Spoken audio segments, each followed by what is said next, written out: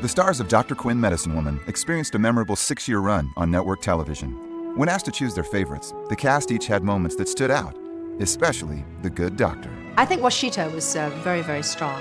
I particularly liked the race. The birth was a fabulous two-parter.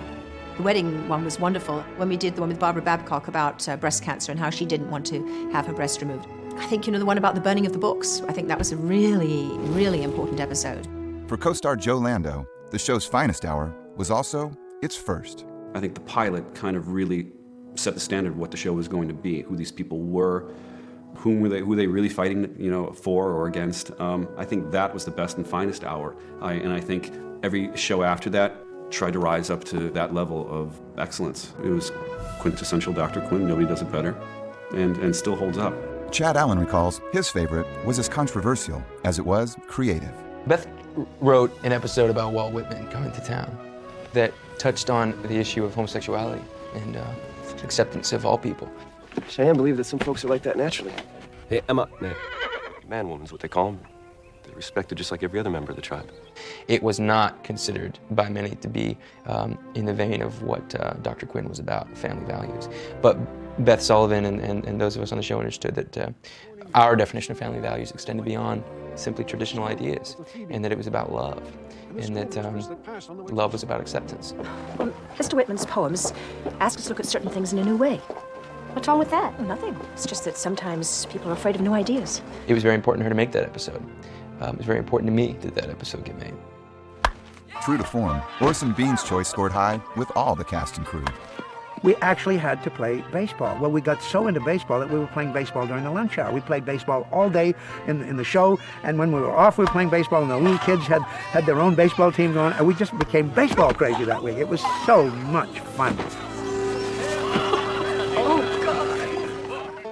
Dr. Quinn's Gray Fox also found a way to save time after the games were over. Actors know, once you've been on a show long enough, that if there's some noise or something in the background, or that you're going to end up having to loop your lines, which means you're going to have to go back in post-production and sort of lip sync to your own image up on the screen, and it can be a pain. There was a motor that made the bubbles in this natural spring, and it was noisy. So Orson, thinking very cleverly, in order to make it easier for himself to loop, all the lines he was saying like this. Oh, nobody's going to want to come out to see replacement players. Tricks of the trade. When you're old, you learn this stuff. In picking favorites, certain episodes were a toss-up. I think the start of the second year, we had traveled to Boston to visit Grandma, and I hated that. I liked, I think it was the first show of the second season where I went to Boston to find Dr. Mike because my heart was aching for her. I had grown, another one of my summer adventures, had grown my hair out really long, and I really wanted Matthew to have long hair in the second year. And the designers curled it up in some crazy just hairdo and font, and I hated it. I couldn't stand it. Having Sully thrust into this history of Dr. Mike that was so in contrast to his. And when we were filming in these outfits, it was, really hot. Get all dressed up and learn to dance and learn to, use the right fork, and it was funny stuff. I just wanted it to be over with. I couldn't stand it. One Mammoth co-star was unforgettable, yet unbearable. How often do you get to work with a 9-foot Kodiak? The bear was very scary. We thought this bear was tame. That was one day on the set where we were working with this bear, and it was supposed to just run and chase the stunt lady into the cabin and stop there. The bear hadn't read the script. The bear ran in. But it just kept going. Mercifully, she was a stunt girl, so she was able to throw herself out of the other window and somehow close the door. And you never saw a crew move so fast. You thought it was lunch. Every member of the crew, including the park rangers, climbed trees. Except the guys around the camera where I was shooting my little video, we were told not to move quickly. If you did, the bear would chase you. It was hysterically funny.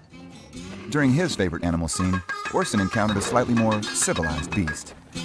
When they wrote the show, they didn't realize that there's a certain time of the year when bears hibernate, and there was no bear to be had. They were all asleep in the United States of America. So the bear was a guy in a bear suit, and they kept the camera dark, and the poor guy was sweating in this bear suit and going, rah, rah. And it was some of the best acting I ever did, trying to keep from laughing and look terrified at this poor guy in the bear suit.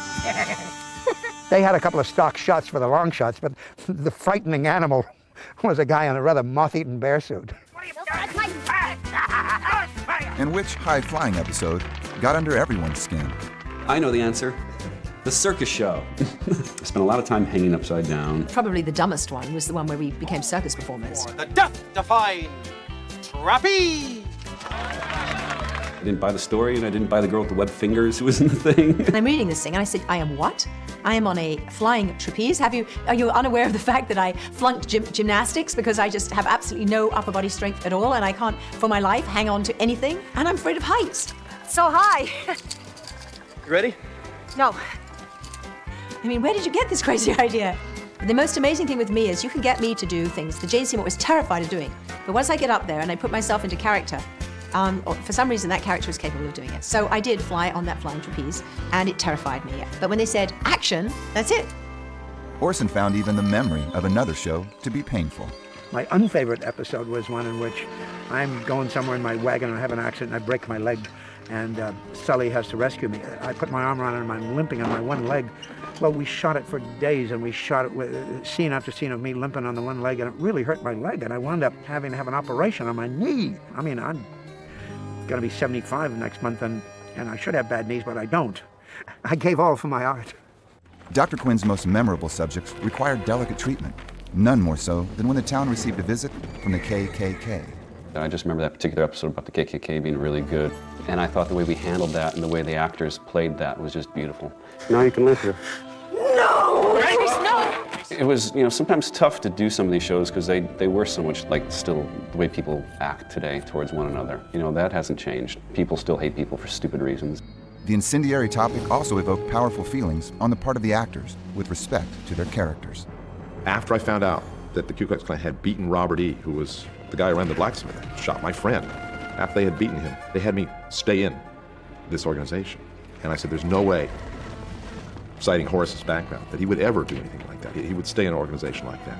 I was supposed to hang Robert E. or start to hang him, and I said to Beth, I can't do this. And she got really upset with me, and I said, Beth, I'm right about this. That was the only time in the whole 6 years that I was on the show that I questioned what the writers wrote. Another moving storyline was based in fact on a devastating event that happened in November of 1868.